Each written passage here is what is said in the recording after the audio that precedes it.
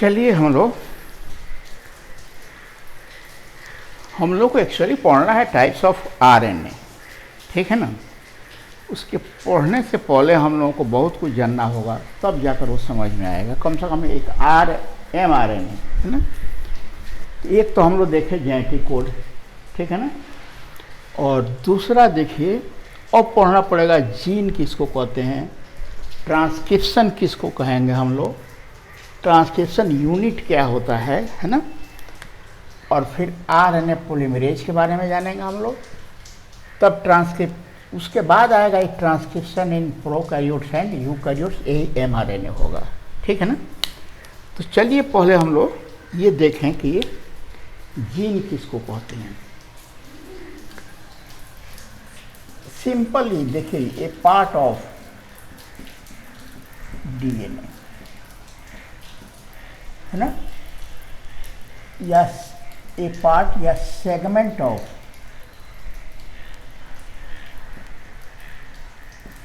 Of DNA is a gene. एक gene का भाग, एक डीएनए का भाग जो है ना, डीएनए इतना लंबा है तो उसका कुछ भाग ही जीन कहलाएगा। पूरा जेनेटिक्स हम लोग पढ़ लेते हैं, है ना, और कहीं कहीं तो जीन की चर्चा भी नहीं होती है। जीन का डिटेल यहाँ देख लीजिए आप लोग, है ना। तो जैसे देखिए ना, ये एक डीएनए है,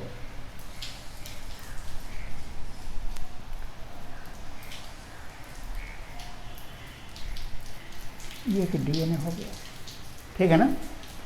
इसका एक एंड 3 एंड होगा, तो अब तो पता नहीं चल रहा है इसमें। ये यहाँ आ जाएगा 5 एंड, और दूसरा ये 3 एंड होगा तो यहाँ आ जाएगा 5 एंड, ठीक है। अब डीएनए के बारे में देखिए। ये डीएनए, सपोज कीजिए कि ये डीएनए का भाग, ठीक है ना, में म्यूटेशन हो जाता है, ठीक है ना। म्यूटेशन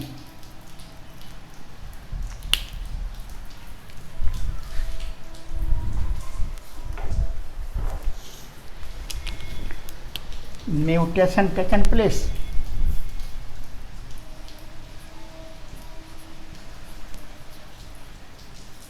म्यूटेशन हो गया है इसमें। क्या कहेंगे इसको हम लोग, म्यूटोन जीन कहेंगे। देखिएगा, एक भाग है डीएनए का, एक सेगमेंट है, और उस सेगमेंट में म्यूटेशन हो गया तो म्यूटोन जीन हो जाएगा, है ना। दूसरा देखिए, ये डीएनए का भाग है और इसमें आप लोग रेप्लिकेशन पढ़े हैं, है ना।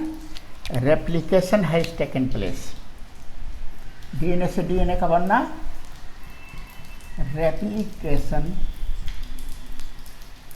Has taken place. इसमें रेप्लिकेशन हो गया है, इसको क्या कहेंगे हम लोग, रेप्लिकोन जीन।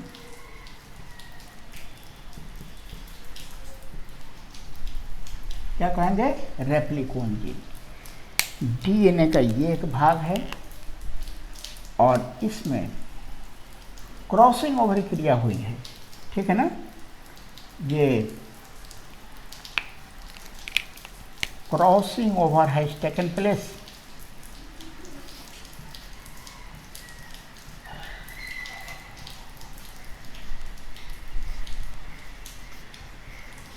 टेकन प्लेस, क्या कहेंगे इसको हम लोग, रिकोन जीन। रिकॉम्बिनेशन भी पूरा नाम है क्रॉसिंग ओवर का, इसे इसको रिकोन जीन कहते हैं, है ना। और अब सपोज कीजिए कि डीएनए का ये भाग है ना, और इसमें ये ट्रांसक्रिप्शन कर रहा है, मतलब आरएनए बना रहा है ना। Takes part in, takes part in transcription. Transcription का मतलब होता है डीएनए से आरएनए बनना, है ना। तब इसको हम लोग क्या कहेंगे, सिस्ट्रोन जीन। क्या कहेंगे, सिस्टोन जीन। ठीक है, चलिए सबका डेफिनेशन लिख लिया जाए, है ना। तो अब हम लोग देखेंगे न्यूटोन जीन किसको कहते हैं, जरूर समझ में आएगा, आप लोग ठीक से देखिए इसको, है ना। Part of DNA,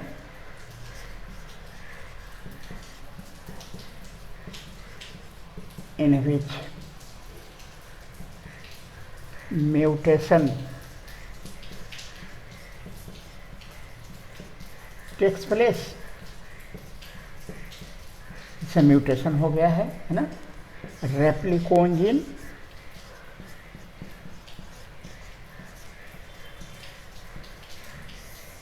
part of DNA,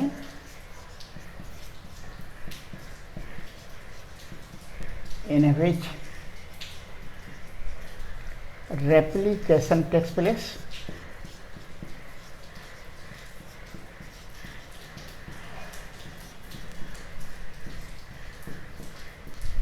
है ना। रिकॉन जीन,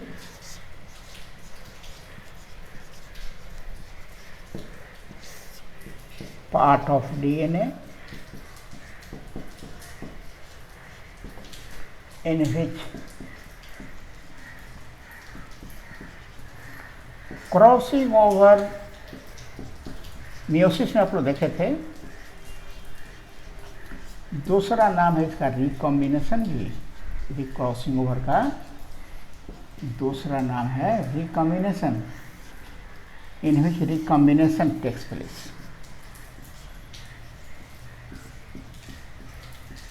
है ना। और लास्ट है cistron gene,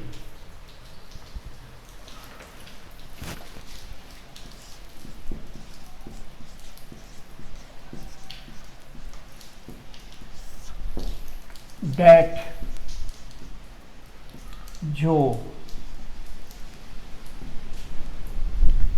that takes part in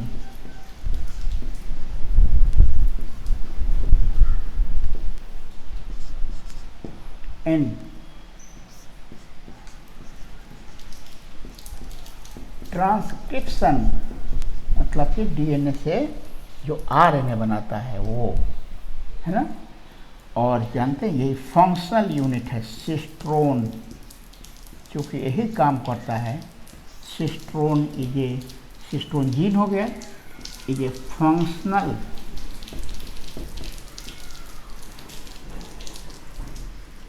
unit of DNA, DNA का ये फंक्शनल यूनिट है, क्योंकि ये जब डीएनए से आरएनए बनाएगा तो प्रोटीन बनेगा, प्रोटीन जो है ना एंजाइम बनाएगा, हार्मोन बनाएगा, या स्ट्रक्चर हम लोग का बॉडी बनाएगा, ठीक है ना। इसलिए इसको क्या कहते हैं, फंक्शनल यूनिट कहते हैं। तो ये रहा डीएनए के बारे में, ये जीन के बारे में नहीं समझिए कि डीएनए का एक टुकड़ा जीन कहलाता है। और कौन टुकड़ा जीन कहलाएगा, जो इसमें म्यूटेशन होगा, जिसमें रेप्लिकेशन होगा, जो एमआरएनए या जो ट्रांसक्रिप्शन कराएगा, जिसमें क्रॉसिंग ओवर होगा, ठीक है ना। तो इतना समझ में आ गया कि डीएनए का कुछ भाग जो है ना वही ट्रांसक्रिप्शन, वही जीन कहलाता है। चलिए इसको मिटाएंगे और आगे हम लोग देखें अब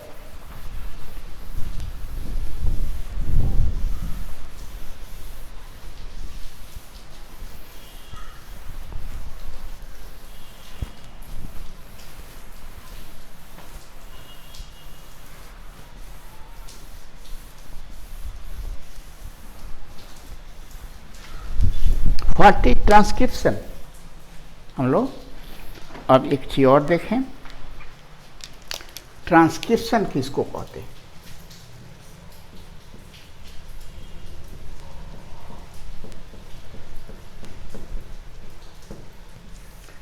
इट इज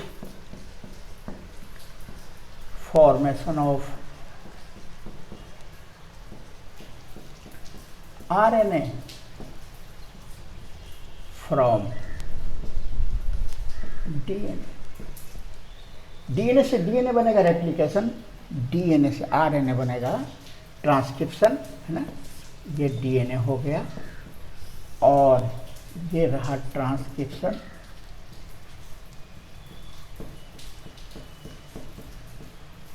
और इससे बनेगा आरएनए। अब ये आरएनए जो है ना 3 तरह का है ना, एमआरएनए, दूसरा हो जाएगा टीआरएनए और तीसरा हो जाएगा आरआरएनए। ये तीनों तरह का आरएनए बनना ट्रांसक्रिप्शन कहलाएगा। कोई दिक्कत? ठीक है। और आगे हम लोग जो देख रहे हैं ना वो है ट्रांसक्रिप्शन यूनिट। सब एनसीईआरटी में खोजिएगा, सब मिल जाएगा, उसी हिसाब से पढ़ाई रहे हैं हम। Transcription unit. अब ये पार्ट और segment of DNA that forms RNA. DNA का पार्ट है ना, पार्ट ऑफ दैट, सबसे अच्छा रहेगा text part in transcription. DNA का वो भाग जो ट्रांसक्रिप्शन में भाग लेगा है ना, ट्रांसक्रिप्शन यूनिट कहलाएगा, है ना। Transcription unit it has 3 components. इसके 3 अपघटक हैं या 3 पार्ट से ये बना हुआ है ना। पहला है ना प्रोमोटर जीन। अब यहाँ जीन आ गया तो आप लोग समझ में आता होगा कि डीएनए का कोई भाग है। दूसरा है structural gene,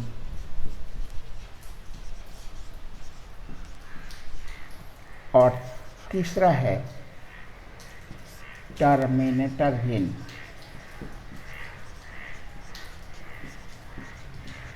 terminator, promoter gene, structural gene and terminator gene, है ना। इसको ठीक से देखिए आप लोग। ये हो जाएगा एक डीएनए का भाग,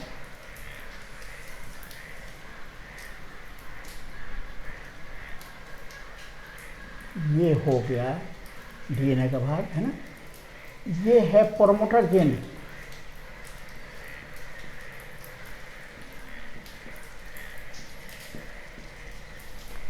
ये है टर्मिनेटर जीन, लास्ट में रहेगा ये।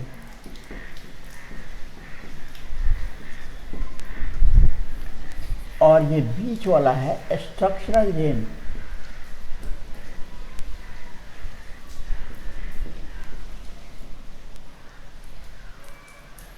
जब तक ऑफलाइन शुरू नहीं होता है ना, तब तक हम लोग कुछ कुछ देखते रहें, ठीक है ना। अब ये प्रोमोटर जीन हो गया और टर्मिनेटर जीन हो गया, और बीच में स्ट्रक्चरल जीन, 3 पार्ट हो गया इसका, है ना। और पहला हम लोग पढ़ें, इसमें दोनों एक साथ पढ़ें, प्रोमोटर जीन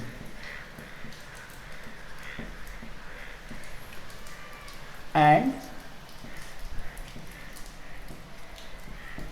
टर्मिनेटर जीन, इसको एक साथ पढ़िए। ये मालूम है आपको, कोई ये हो जाएगा 3 एंड, ये हो जाएगा 5 एंड, फिर ये 3 एंड हो जाएगा डीएनए का, और ये हो जाएगा 5 एंड। एक्चुअली यहाँ से ट्रांसक्रिप्शन शुरू होता है और यहाँ आकर टर्मिनेशन माने खत्म, टर्मिनेट कर जाता है, इसलिए इसको कहा जाता है अपस्ट्रीम। स्ट्रीम माने बहना, झरना, ठीक है ना। तो यहाँ से बहेगा, इधर आकर रुकेगा, और ये हो जाएगा डीएनए का डाउन स्ट्रीम। इसको ठीक से समझ लीजिए, एनसीईआरटी में दिए हुआ है, और जल्दी समझ में नहीं आता है कह क्या रहा है ये। यहाँ से एमआरएनए बनना शुरू होगा, यहाँ आकर ख़त्म हो जाएगा। तो ये अप स्ट्रीम हो गया, ये डाउन स्ट्रीम हो गया। अब प्रोमोटर जीन देखिए और टर्मिनेटर जीन, है ना। It is a part of DNA that promotes transcription, जो ट्रांसक्रिप्शन को प्रमोट करता है, ठीक है ना। हाँ, इट इज लोकेटेड, कहाँ रहता है ये, लोकेटेड रहता है, इट इज लोकेटेड, ये पाया जाता है इन, एक और बात यहाँ जानना पड़ेगा और ये है, इसका नाम है नॉन कोडिंग स्ट्रैंड। थोड़ी देर में इसको हम डिटेल बताने जा रहे हैं। नॉन कोडिंग स्ट्रैंड, डीएनए का ये धागा नॉन कोडिंग स्ट्रैंड और ये धागा कोडिंग स्ट्रैंड कहलाता है। थोड़ी देर में और इसका डिटेल हम बता रहे हैं, इसमें बताएंगे तुरंत, अभी 2 मिनट बाद, ठीक है ना। It located in, it is located in 5 end of coding strand or 3 end of non-coding strand of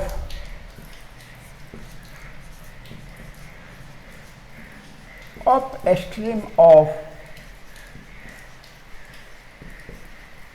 structural gene, समझ, ये स्ट्रक्चरल जीन है, इसका अपस्ट्रीम पर 5 and coding strand, 3 and non coding strand पर ये लगा रहता है ना। तो इसका 2 कैरेक्टर हम देख लिए है ना, कि प्रमोट करेगा ट्रांसक्रिप्शन को और रहेगा ये 5 एंड ऑफ कोडिंग स्ट्रैंड, ये कोडिंग स्ट्रैंड नीचे वाला है, और 3 end of non coding strand of इस स्ट्रक्चरल जीन का अप स्ट्रीम पार्ट पर, है ना। It is rich in TA base pairs, इसमें TA बेस पेयर्स थायमिन और एडेनिन अधिक पाया जाता है, हेंस कॉल्ड टाटा बॉक्स और प्रिबनाउ बॉक्स।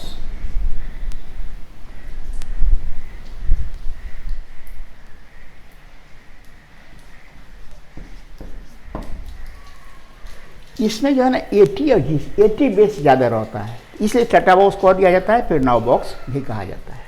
हो गया। अब आइए ये टर्मिनेटर जीन, टर्मिनेटर जीन कहाँ है ये देखिए, हाँ पहले इसके बारे में लिख दीजिए। टर्मिनेटर जीन टर्मिनेट्स या एंड्स, समाप्त कर देता है ट्रांसक्रिप्शन, यहीं पर आकर ट्रांसक्रिप्शन बिल्कुल समाप्त हो जाएगा, रुक जाएगा। दूसरा कैरेक्टर क्या है इसका, लोकेटेड कहाँ है ये, इट इज लोकेटेड, ये पाया जाता है एट, देखिएगा 3 end of coding strand, at 3 end of coding strand और देखा है ऊपर 5 end of non coding strand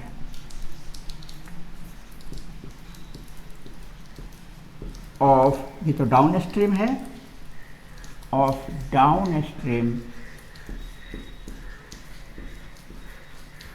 of structure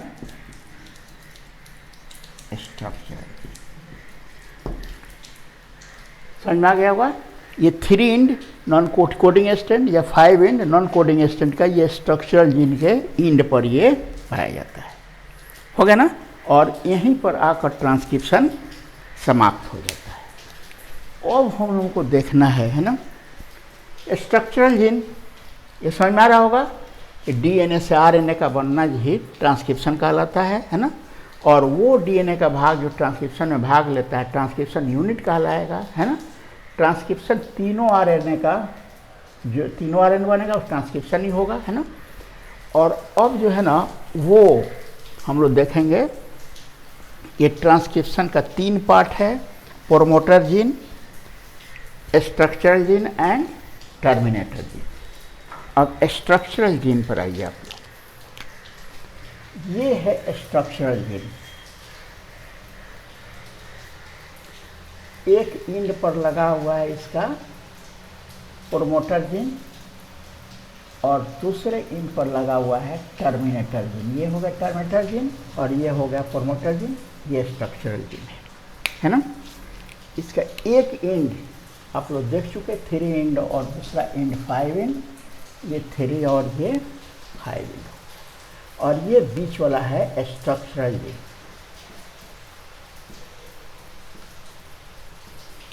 structural gene, अब ठीक से इसको समझिए। इसको बताए थे अप स्ट्रीम, इसको बताए थे डाउन स्ट्रीम। ये जो पार्ट है ना इसका, ये इसको हम लोग कोडिंग स्ट्रैंड कहते हैं। देखिएगा साफ उल्टा है ये, ठीक से दिमाग में रखिए। कोड तो बनाएगा ये, नाम हो जाएगा इसका, है ना। इसका नाम है non coding strand.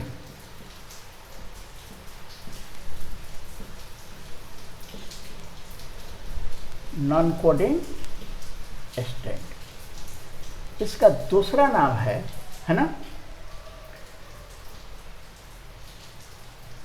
Plus strand, और इसका दूसरा नाम है माइनस स्ट्रैंड। ठीक से समझिएगा इसको, ठीक है ना। इसका तीसरा नाम है non template strand. Non template strand.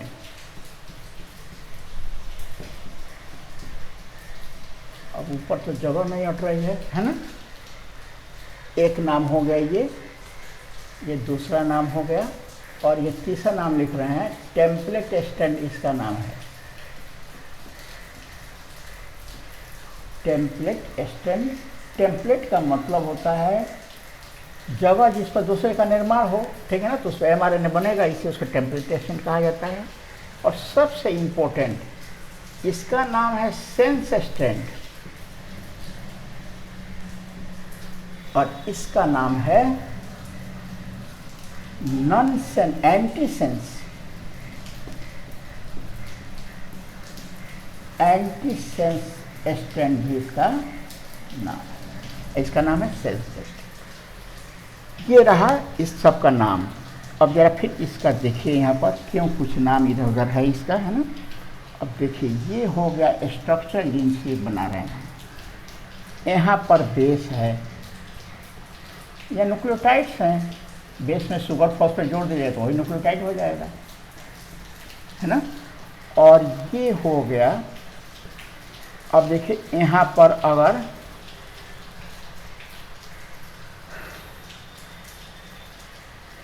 यहाँ पर ए है, टी है, ये है, सी है, ए है, टी टी, जी सी, सी सी, ए, कुछ भी लिख दीजिए, A T, G C, A T, T, और ये कर दीजिए, ठीक है। तो अब जरा इसको देखिए तो इस पर आ जाएगा ए के बदले टी। डीएनए का स्ट्रैंड है, ये 3 एंड है और ये 5 एंड है, और ये 3 एंड है और ये 5 एंड है। तो यहाँ हो गया ए के बदले टी, टी के बदले ए, जी के बदले सी, सी के बदले जी, ए के बदले टी हो जाएगा। जानते हैं बेस पेयरिंग में ए टी से जुटेगा, यहाँ ए हो जाएगा, यहाँ ए हो जाएगा, यहाँ सी हो जाएगा, यहाँ जी हो जाएगा, और फिर ये जी जी, फिर ये टी टी टी टी हो जाएगा, है ना। और यहाँ पर फिर ए हो जाएगा, यहाँ पर सी हो जाएगा, यहाँ पर ई हो जाएगा, यहाँ पर टी, यहाँ पर ए और यहाँ पर टी। इससे डीएनए का दोनों धागा हो गया। अब यहाँ पर ट्रांसक्रिप्शन हो रही है, मतलब कि आरएनए बन रहा है।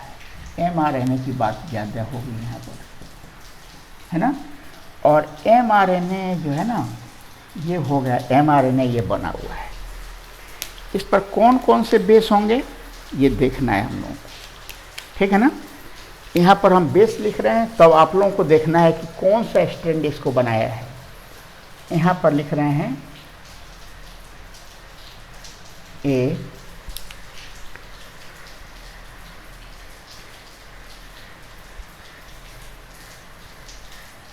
सी के बदले जी,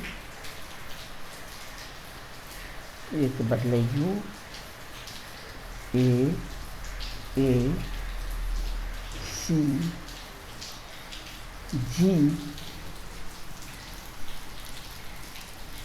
फिर ई जी,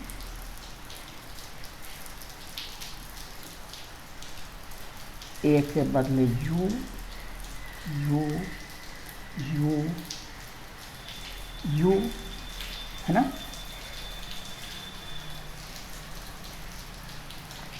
टी के बदले आ जाएगा ए, जी के बदले आ जाएगा सी, सी के बदले आ जाएगा जी, ए के बदले यू, टी के बदले ए, फिर यहाँ ए और यहाँ पर देखिए। अब आप लोगों को बताए थे कि हमेशा डीएनए से आरएनए बने या आरएनए से डीएनए बने, डीएनए से आरएनए बने, ठीक है ना, या डीएनए से डीएनए बने। ट्रांसक्रिप्शन हो या रेप्लिकेशन हो, हमेशा 5 to 3 इंडी ही होता है, इस पर दिमाग रखिएगा। तो यहाँ पर 5 to 3 है, इसलिए आप लोगों को अंदाज़ा हो जाए कि यही धागा इसको बनाया होगा। इसमें कहीं टी नहीं, यू नहीं है, इसलिए ये निश्चित डीएनए है। इसमें देखिए यू आ गया, ये हो गया आरएनए। अब आप लोगों को देखिए, मिलाइए इसको, ठीक है ना। तो देखिएगा कि ये धागा जो अभी एमआरएनए बना है, यही है एमआरएनए। ये जो एमआरएनए बना है, मैसेंजर आरएनए बना है, इसका डिटेल बाकी है अभी। उसमें देखिएगा कि तो इस धागे के समान है, खाली ए के बदले इसमें यू हो गया है ना। यहाँ पर देखिए, जहाँ टी होगा उसमें यू हो जाएगा, बस दूसरा कुछ नहीं है। जहाँ जहाँ टी है यू हो गया, बाकी ये बिल्कुल इसी तरह दिखाई देता है। और इसी कारण इसका ये एकदम बिल्कुल कोड के समान है। याद है ना आप लोगों को, 3 बेस से कोड बना लेगा। तो ये बिल्कुल कोड के समान, ये पहला धागा जो है ना वो नहीं, दूसरा धागा बिल्कुल कोड के समान होता है, इसलिए इसका नाम कोडिंग स्ट्रैंड दिया गया है। ये बात समझ में आ गई, इसलिए इसका नाम कोडिंग स्ट्रैंड दिया गया है। और इस धागे का नाम इसलिए इस धागे का नाम कोडिंग स्ट्रैंड है, क्योंकि ये बिल्कुल जो एमआरएनए बनता है कोड के समान रहता है, खाली टी को यू में बदल देना है।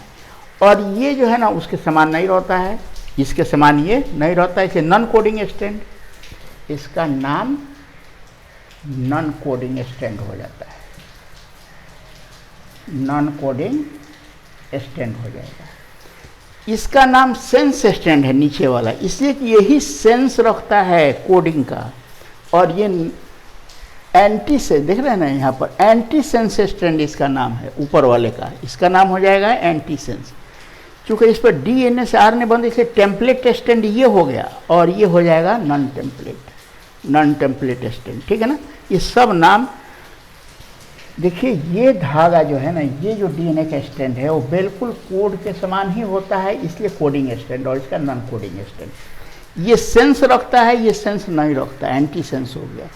डीएनए इसी पर बनता है, इसलिए टेम्पलेट स्ट्रैंड, ये नॉन टेम्पलेट है। सब इस तरह आप लोग इसको समझ लीजिएगा। तो ये रहा क्यों कोडिंग स्ट्रैंड, तो कोड तो ये बना रहा है, लेकिन नाम ये है कोडिंग स्ट्रैंड। इसको ठीक से समझिए, कोड तो एक्चुअली ये बना रहा है 3 to 5 वाला, लेकिन नाम इसका कोडिंग स्ट्रैंड है, ठीक है ना। ये मत सोचिए गलत लिखा गया है। इसलिए नाम है कि ये बिल्कुल कोड के समान ही होता है, खाली जहाँ जहाँ टी है उसको यू में बदल दीजिए, दिमाग में रखिए, ठीक है ना। ये रहा एक पार्ट इसका। और अब हम लोग चलेंगे कहाँ, आरएनए पॉलीमरेज पर, है ना।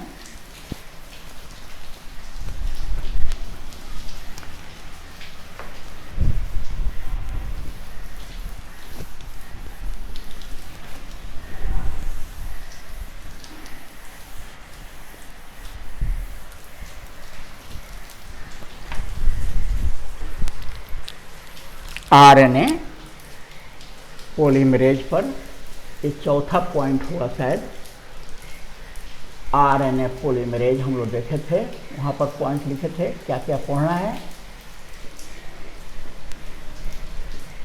आरएनए पॉलीमरेज एंजाइम का नाम है ये, है ना। क्या करता है ये, ट्रांसक्राइब्स मतलब निर्माण करता है ना, आरएनए फ्रॉम डीएनए, डीएनए से आरएनए का निर्माण होता है ना। इसे डीएनए से होता है, इसलिए इसको कहा जाता है डीएनए डिपेंडेंट, डीएनए पर डिपेंड है ये, dependent RNA polymerase, DNA dependent RNA polymerase ही इसका नाम है, ठीक है ना। और प्रोकैरियोट में बताए थे आप लोगों को, प्रोकैरियोट बैक्टीरिया वगैरह में, ठीक है ना, ये ओनली आरएनए पॉलीमरेज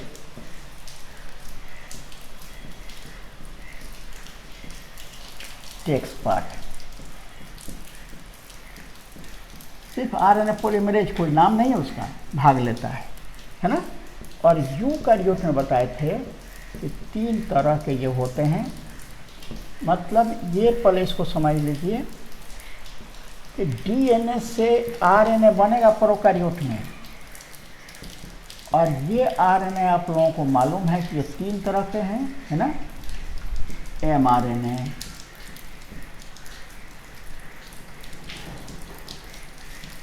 दूसरा टीआरएनए और आरआरएनए। तीनों का निर्माण कौन करेगा, आरएनए पॉलीमरेज, आरएनए पॉलीमरेज, एक ही पॉलीमरेज तीनों का निर्माण करेगा। यूकैरियोट्स में लेकिन, यूकैरियोट्स में, ठीक है ना, आरएनए पॉलीमरेज 3 तरह का है ना। First RNA polymerase, RNA poly लिख दिया जाता है फर्स्ट।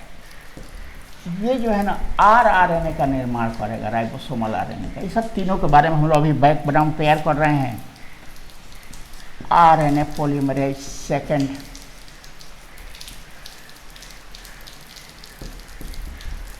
ये एमआरएनए का निर्माण करेगा, और आरएनए पॉलीमरेज थर्ड, ये टीआरएनए का निर्माण करेगा, ठीक है ना। अब यहाँ पर थोड़ा और डिटेल तैयार करेंगे इसका हम, है ना। ये आप लोग समझ में आ गया होगा, इसको ठीक से समझ के पॉज करके समझ लीजिए, ठीक से नोट कीजिएगा, नहीं तो उल्टा कोडिंग स्टैंड उस ऊपर लिख दीजिएगा, नीचे वाले को नॉन कोडिंग लिखिएगा आप लोग, ठीक है ना। अब हम लोग देखेंगे फंक्शन ऑफ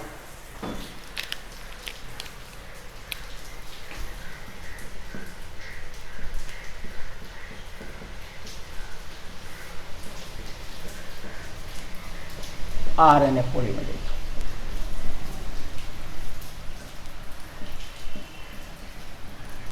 आरएनए पॉलीमरेज का क्या फंक्शन है ना। 3 काम करता है।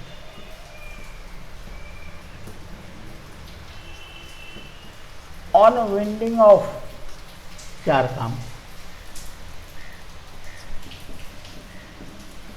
डीएनए हेलिक्स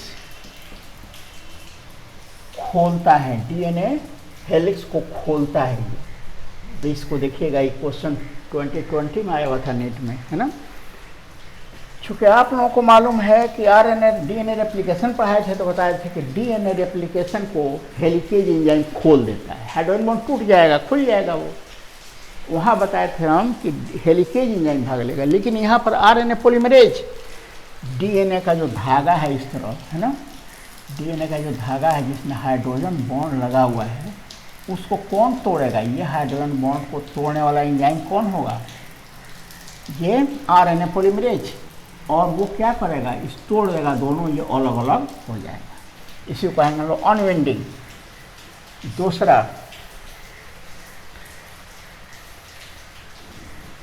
इनिशिएट, शुरू आरंभ करता है ट्रांसक्रिप्शन। ट्रांसक्रिप्शन को यही आरंभ करता है ना। हेल्प्ड बाय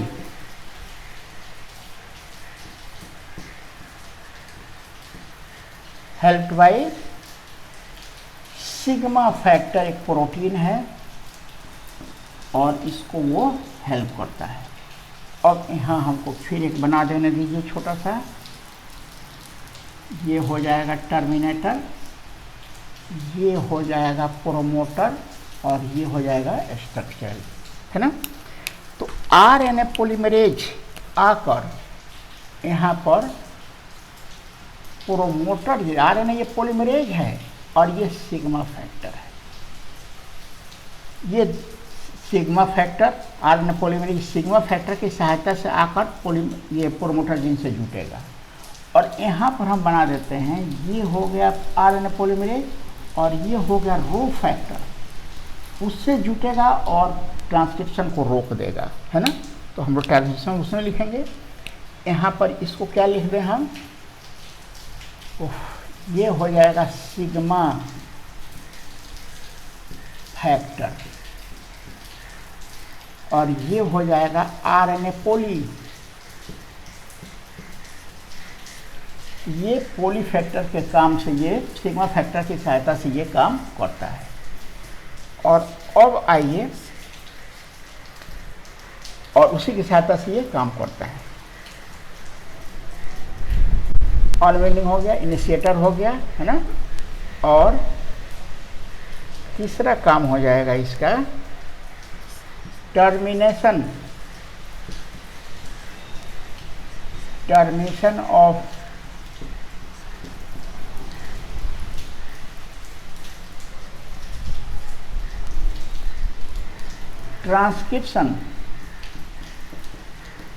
ट्रांसक्रिप्शन को ये समाप्त भी करता है।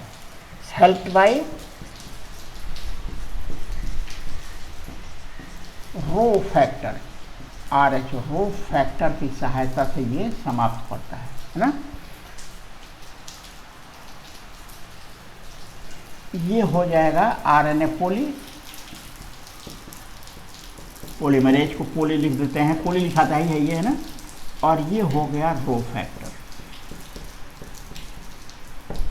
ठीक है ना। तो ये एक रो फैक्टर की सहायता से ट्रांसक्रिप्शन को समाप्त करता है। ये सब हम लोग ट्रांसक्रिप्शन में मिलने जा रहा है, ठीक है ना। और चेन इलोंगेशन,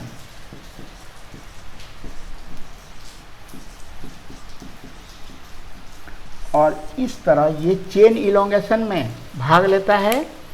मतलब कि यहाँ पर देखिए, यहाँ पर ये जुटेगा, हम लोग फिर आगे देखने जा रहे हैं। ये जुट जाएगा, उसके बाद सिग्मा फैक्टर हट जाएगा और यहाँ पर mRNA बनना, ये mRNA बनना शुरू हो गया। तो ये mRNA बन रहा है ना, तो इसको ये कौन बना रहा है? चेन इलोंगेशन में सिर्फ आरएनए पॉली बना रहा है, सिग्मा फैक्टर नहीं बना रहा है। यहाँ पर जैसे ही पहुँचेगा तो रो फैक्टर जुट जाएगा और टर्मिनेशन ख़त्म हो जाएगा, मतलब कि mRNA का बनना बंद हो जाएगा। तो इस तरह यहाँ तक हम लोग देख लिए। अब हम लोग को आगे क्या पढ़ना है, ठीक है ना, कि ट्रांसक्रिप्शन इन प्रोकैरियोट, ये अभी बैकग्राउंड हम लोग देख रहे थे इसका। आगे हम लोग को जो पढ़ना है वो है ट्रांसक्रिप्शन। ये 5वां पॉइंट जरूर होगा। 6ठा पॉइंट पढ़ना है हम लोगों को, है ना, ट्रांसक्रिप्शन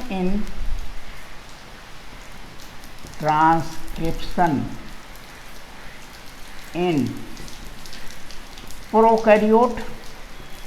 अब इसमें डिटेल हम लोग पढ़ेंगे कि कैसे ये ट्रांसक्रिप्शन अनविंडिंग हुआ, कौन भाग लिया उसमें, दोनों धागा को खोला कौन, ट्रांसक्रिप्शन कैसे स्टार्ट हुआ, ट्रांसक्रिप्शन कैसे टर्मिनेट हो गया, और बीच में ट्रांसक्रिप्शन कैसे हो रहा है।